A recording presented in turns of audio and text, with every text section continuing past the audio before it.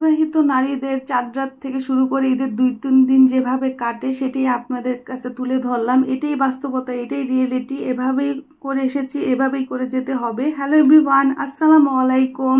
আমরা চিন্তা করি ঈদের দিন আমরা যেভাবে পরিপাটি হয়ে থাকবো, দামি ড্রেস পরে এখানে ঘুরতে যাবো ওখানে ঘুরতে যাবো, আসলে এটা হয়ে ওঠে না। কারণ যেহেতু বুয়া খালারা আসে না, ঈদের 3-4 দিন তাদের ছুটি থাকে, তো সেই কাজগুলিকে আমাদের সম্পূর্ণ করতে হবে।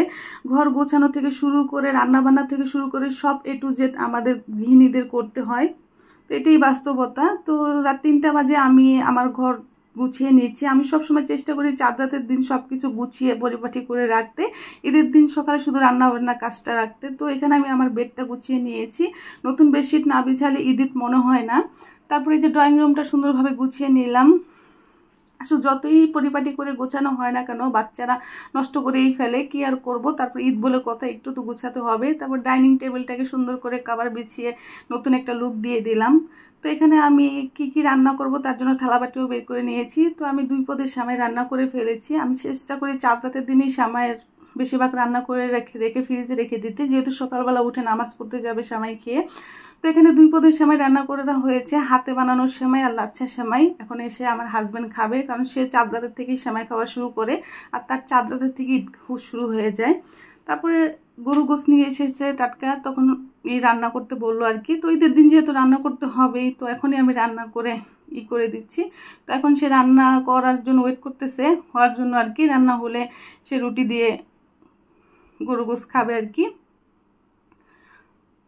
তো আসলে আমাদের মেয়েদের যেভাবে ঈদ কাটে নারীদের আর কি, ঈদের বিয়ের আগে আমরা আসলে চাঁদ রাতের দিন মেহেদি দিয়ে 2 হাত রাঙিয়ে বসে থাকতাম। আর বিয়ের পরে দেখেন, এটাই বাস্তবতা আমাদের প্রত্যেকটা নারীদের, যেটা কি আর বলবো। এখন আর মেহেদি দেওয়ার সময় নেই। তো 5 মিনিটের রং হয়, একটু মেহেদি দিয়েছিলাম। চাঁদ রাত বলে কথা, মেহেদি না দিলে আসলে চাঁদ রাত মনে হয় না। তারপর এই যে আমার গোস্ত হয়ে গিয়েছে, রাত 3টা বাজে আমার এই গোস্ত হয়েছে। তো হওয়ার পরে আমি কষিয়ে নিয়েছি, ঝোল সকালে দিয়ে দিব। তো এখানে হাজব্যান্ড আর আমি মিলে খাচ্ছি, সেহেরি খাচ্ছি আর কি। আসলে সেহেরি খাওয়ার অভ্যাসটা না রয়ে গিয়েছে, তো তাড়াতাড়ি যাবে না। তো রাত 3টা বাজে ঘুমিয়ে সকাল 7টা বাজে উঠে হাজব্যান্ড আর বড় ছেলেকে সেমাই খাইয়ে নামাজে পাঠিয়ে দিলাম। আর বড় ছেলে ব্যাগ গুছিয়ে নিয়ে গিয়েছে দাদুর সাথে ঈদ করবে বলে, তো সে দাদুর সাথে কয়েকদিন থেকেও আসবে। তারপর লম্বা একটা ঘুম দিয়েছিলাম, ঘুম কমপ্লিট হয়নি।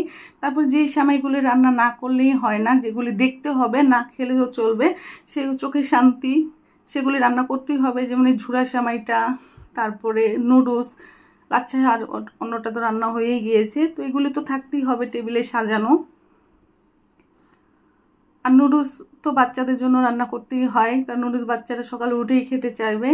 তো বাচ্চার নুডলস হওয়ার পরে বাচ্চারা খেয়ে ফেলেছে, ওটার দেখাতে পারলাম না। আর এই যে ঝুরা সেমাই, তারপরে এই যে সব কিছু ধোয়া পাকলা করে নিয়েছি যেগুলো রান্না করেছি। আর এত থালা বাসন হয় কি আর বলবো। তো ঈদের দিন আমাদের এভাবেই কেটে যায় সারাটা দিন, আসলে দম ফালানোর সময় থাকে না। এই যে এখন ঘর ঝাড়ু দিয়ে বাচ্চাদের রেডি করে চলে যাব তার নানু বাসায়, একবারেই রেডি করে দিয়েছি। তো তারা ঈদ সালামি নিয়ে ঘুরতে যাবে। আসলে তাদের দেওয়ার মতো তাদের নানা ভাই নানুমণি আর পাপা ছাড়া কেউই নেই ঈদ সালামি বা যে কোনো কিছুই দেওয়ার মতো আর কি। তো যাই হোক, তারা নানার কাছ থেকে ঈদ সালামি নিতে চলে এসেছে। তো ওই যে আম্মুর বাসায় চলে আসলাম, ঈদের দিন একটু ছুটি পেয়েছি। আম্মু বলেছে এই বাসায় এসে খেতে। তা ছোট ভাইয়ের জন্য পুডিং বানিয়েছিলাম আর ঝুরা সেমাই নিয়ে এসেছি। আর আম্মু বললো একটু জর্দা সেমাই মানে জর্দা রান্না করতে। তো ঈদের দিন আমাদের গৃহিণীদের এভাবেই কেটে যায়। তারপর দুপুরে খেয়ে রাত্রে খাবার নিয়ে এসেছি। এখানে রোস্ট ছিল, সকালে খিচুড়ি রান্না করেছিল, সেটা খাওয়া হয়নি, সেটা দিয়ে দিয়েছে। তারপরে যে পোলাও, গরু গোশ ভুনা, এই যে আমার রান্না জোরদা। তো এই যে ঈদের দিনের বাস্তবতা। আল্লাহ হাফেজ।